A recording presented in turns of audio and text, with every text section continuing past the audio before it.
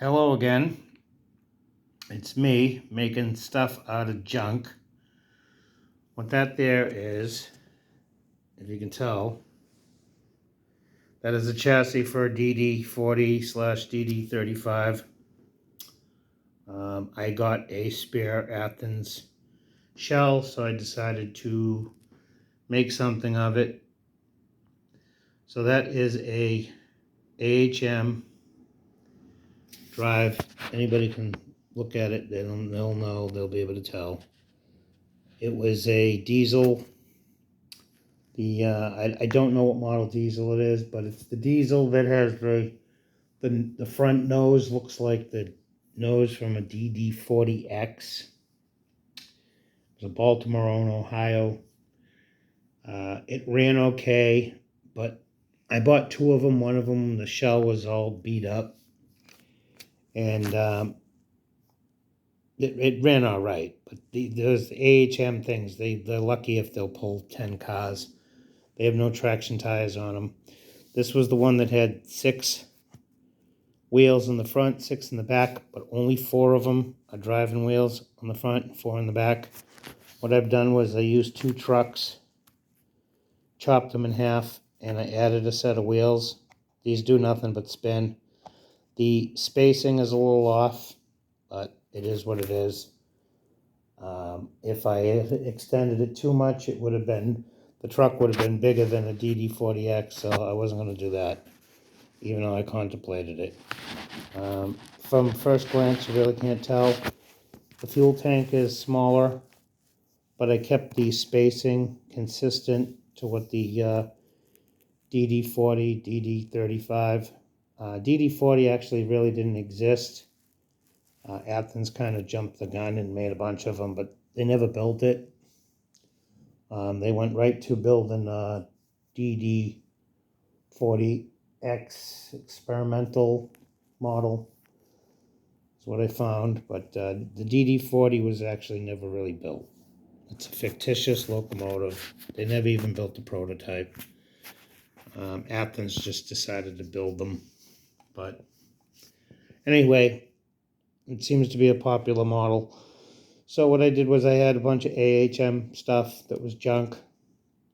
This one originally had a motor in the middle. What I did was I cut the frame here and extended it about an inch and an eighth with hard plastic. This wall here that you see here is to stop it from flexing because I had to shave down the sides. So in order to keep it rigid, I had to add plastic on either side to strengthen it so it wouldn't bow. I put some nuts in there because I needed the extra weight and I don't have any lead here at home. It's at work, so I'll have to swap that out.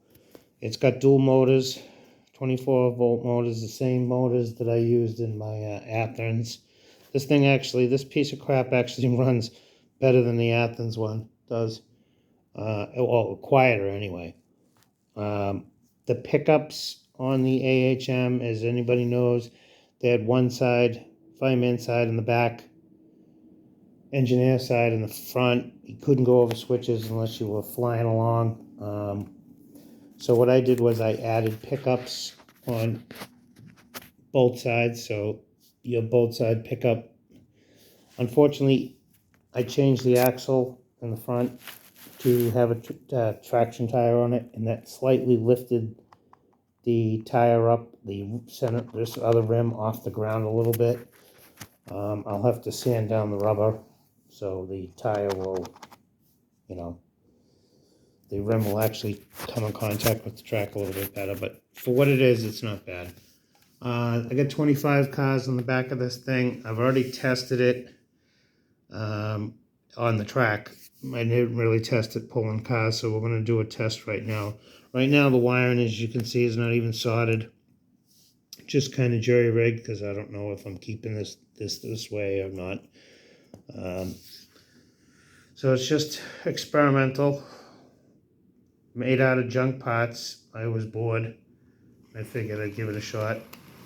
The slow speed's not bad. It's not perfect.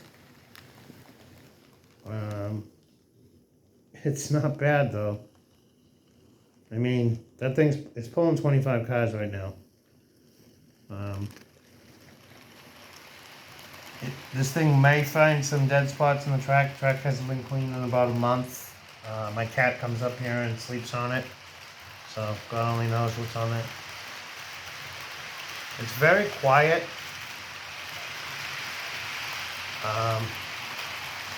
It's actually going uphill right now, and it's struggling a little bit around that corner. But considering that this is an AHM chassis, pulling 25 cars, that's not bad. It's not bad at all. Like I said, considering it probably won't pull them up on the hill. I really wasn't looking for perfection with this thing. I was just looking to build something out of junk parts. And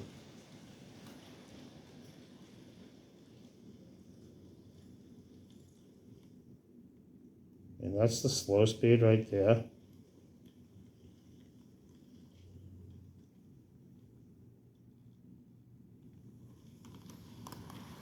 It's pretty damn quiet though, huh? So what I did was, this originally had, this piece here that you see was originally going down this whole side. And you have to chop it off in order to get an Athearns shell over this. So that's what I did. And then I built another one over here on the side, one in the front, one either way, and I built thin ones on the bottom to stop the chassis from, you know, flexing. Because if I didn't do that, this weight would be scraping on the track right now because the plastic is very flimsy. So I did that to add the to add strength. And I put a rubber between two motors. That way, if one doesn't start exactly at the same time, it will kind of kickstart it, as you can see.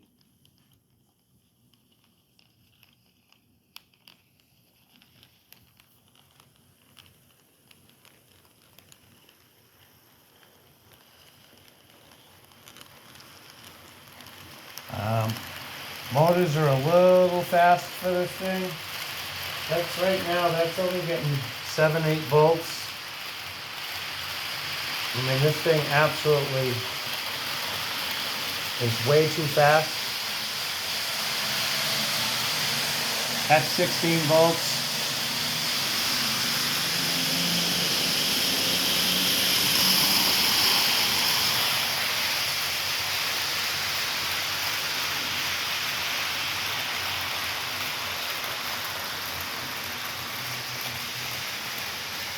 Mind you, junk. Now, what I'm going to do is I'm going to pause the camera and I'm going to go down to my kitchen that is now a mess because it's got crap everywhere. And I'm going to show you the pieces that I made this thing out of. So, I'll be back in 2 seconds. I'm going to go downstairs into the kitchen and I'm going to shut the Sopranos off so you don't hear it in the background, and I'll be right back. Alright, so I'm back. I brought the train down on the table. We'll take a better look at it. You can see where I added this section, and I raised it up just a little bit so this wheel is barely touching the track. I did not want it to, I wanted to make sure that this wheel here had full contact because I added an extra set of wipers to it. I did the same thing here. So you can see when I push on it, the wheel goes up. It goes through the switches and everything fine. I just needed to do that to make sure that it wasn't, that the wheel wasn't going to lift the other set off the track at any point and break connections, because these things have horrible power pickup. So I was trying to get the most out of it. So those are the two motors that I used. I used the original drive shafts. Underneath here you can see where I added some plastic on both sides. So what I did was I glued, this is the bottom panel just like this. I cut it, and I cut the bottom piece, and I centered the wheels where they needed to be, and I glued it very carefully, and then I bonded it to this. Now if I take a screwdriver and lift it in here and pry it, I can still take this whole cover off. The only thing I can't do is I can't access these wheels, but it doesn't, they're never going to have to be serviced. Not to mention the train is made out of junk. So that's that. And this is the chassis that I made it out of. This is what it originally looked like. It was one of these Baltimore, Ohio, cheap, made in Yugoslavia models.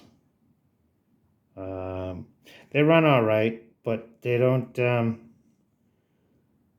have a lot of traction now. See, this one here is one that has traction tires on it. Front and back. The one that I chopped up, which was this one over here, that one didn't have any. So I used the one that ran the worst to build this one. And then I took a truck like this and I chopped it, and that's what I added in the back here. This is what the frame used to look like. Of course, this is a short one. I had one of these motors in the center, which really, they work all right, but the slow speed on them was horrible. So what I did was I shaved all that down and made it flat. Now I made it flat, so this model. Sorry, I'm trying to do this with one hand.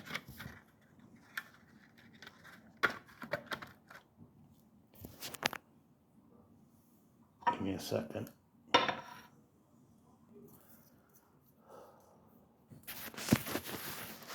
Let's see.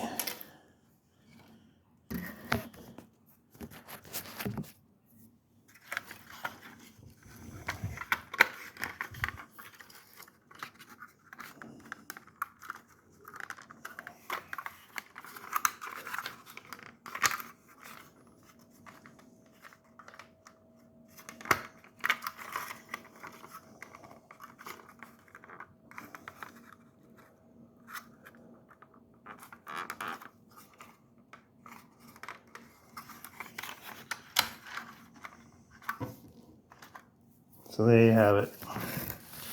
Now these handrails I'm going to take off this because I want to put them on my Pennsylvania. And I'll just make my own handrails because seeing that this train is made out of garbage, I originally bought this frame, this shell, just for the handrails. I bought it to put them on my Pennsylvania locomotive. And as you can see, there's really not that much difference when you look at the size of it. It's, to the eye, it looks sort of the same. The fuel tanks aren't as long.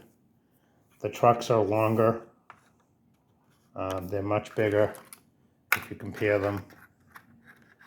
But, I mean, really, who cares, right? Made out of junk. And you just saw how it ran. So, like I said, I'm going to pull I bought this thing for 12 bucks, the shell, with just going to take the handrails off and put them on this instead of making my own. So I decided this morning when I woke up, I got a box of junk, let me just try to make something out of it. So I made this train. So now I don't know if I should buy another shell and just leave the handrails alone, swap them over and make my own handrails. I don't know. But